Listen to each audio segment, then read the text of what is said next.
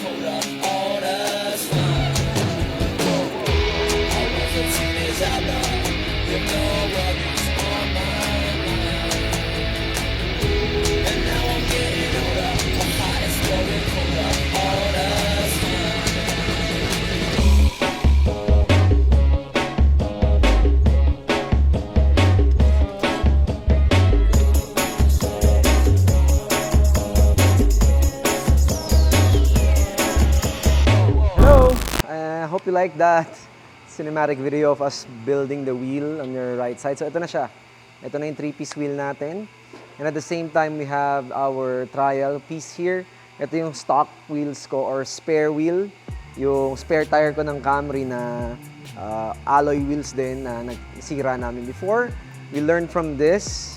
Dami namin natutunan dito. And then we applied it here. By all means, hindi pa kami sobrang perfect sa ginagawa namin. We still have to do a lot of stuff. Now, Wilfred's actually cutting another wheel dun sa likod. That's the 002 or second natin na iteration. And then of course, we have a wheel here as well. This is the soft line ni Tom.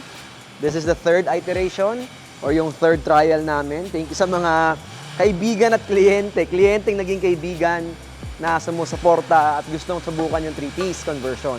So, it's gonna be a bit noisy. Hopefully, hindi masyadong rinig, pero we'll cut to that in a bit pag naputol na niya. And we still have to cut this din naman. Then we're going to discuss. Okay? Before all of that nga pala, we still have improvements to do. This is actually, para sa akin, 90%. Pero papagandahin ko pa to further down the road. Pero the main goal, the main point is, yung proseso, yung pinaka-mindset at saka pinaka-learning, okay na. Nagkamali na kami dito. So yung clients natin, mga tropang gusto subukan, okay na kami. Meron na kaming 100% confidence to accept kasi gets na namin. Yun ang gusto kong sabihin. Gets ko na. Ganun lang pala yun. Okay? I know, after making mistakes, after building one right here on the right side, on your left, okay na, gets na. And all we have to do now is test.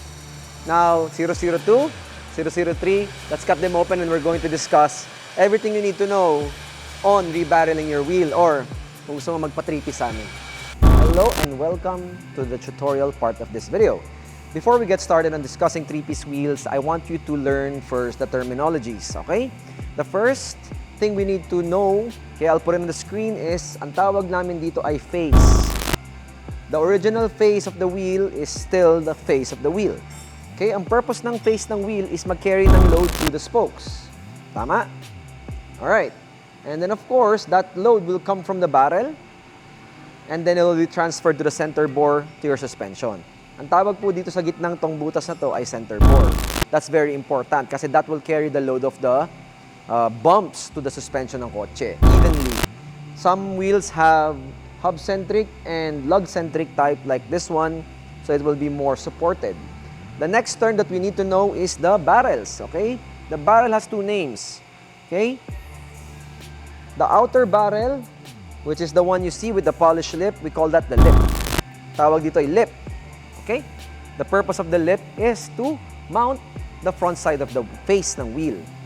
And then what we call on the other side is we call it that the barrel lang. We can call that the inner barrel, but we call it barrel. Pag sinabi nating barrel on this video, ito yung inner barrel. The outer barrel is what we call the lip. Okay? Okay? Yun lang naman yung mga kailangan nyo tandaan para hindi kayo malito. So you can follow through this video properly without being confused. Ano yung pinag-uusapan nila, ano yung sinasabi niya, and all of that. Okay? Now, there is two ways to convert a wheel. May dalawang way tayo para mag-convert ng stock wheels nyo to 3-piece. And the first way is what we call between the spokes. Katulad nito. The Camry actually, we bolted the hardware between the spokes. That's the first conversion type, between the spokes. Pag nag-between the spokes tayo mga boss, matik may +1 agad sa diameter ng mags nyo. Alright? Yun ang tandaan nyo. There's always a +1 on the diameter, the overall diameter ng wheel. If you have an 18-inch wheel, like this one, when you do between the spokes, that will be +1. It will be a 19-inch minimum, and then 20-inch, and then 21. Okay? Up to 3, minimum 1. Okay? Now, another conversion type that we can do, ito nga pala examples ng mga between the spokes. Ayan, pakita ko sa inyo. Between the spokes yan, lahat yan. Alright? The second type of conversion is the beyond the spokes ang tawag ko. Tawag ko to, it's my term, not their standards. Disclaimer, these are my terms. I call them this para hindi kami malito. So, pag sinabi mong beyond the spokes, dito tayo sa labas nagkakaroon ng hardware. Okay? Sa labas, hindi sa loob. Obviously, between the spokes yan. Beyond the spokes, sa labas. Sa pinaka-most outer part, doon tayo nagbo-bolt. That's the second type of conversion. Pag beyond the spokes tayo, matik po mga boss, +2.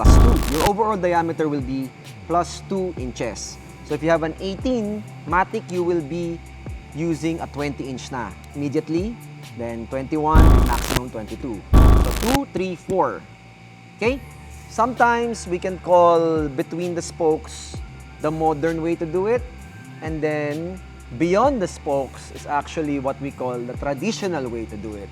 Beyond the spokes or the outermost yung binoboltan mo, yun po yung ginagawa usually sa industriya. Okay? Ito yung examples ng beyond the spokes. So yan yung nakikita nyo sa 3-piece US, lahat ng mga nakikita nyo magagandang wheels. Actually, yung mga BBS, outer yun. So, beyond the spokes yun.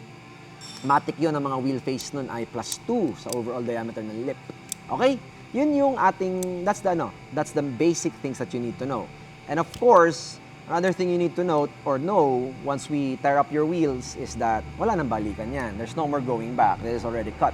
That's a disclaimer. You will agree that you will allow us to cut your wheels. At the same time, you have to understand that before we cut, we'll also discuss with you kung kaya bang i-3-piece yan. Not all wheels can be 3-pieced or rebarreled, okay? Not everything.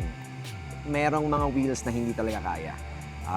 We'll discuss that in the future videos, but for now, that is all you need to know, okay? So I hope that will guide you, and then let's hope for us to proceed. We'll be testing this one muna.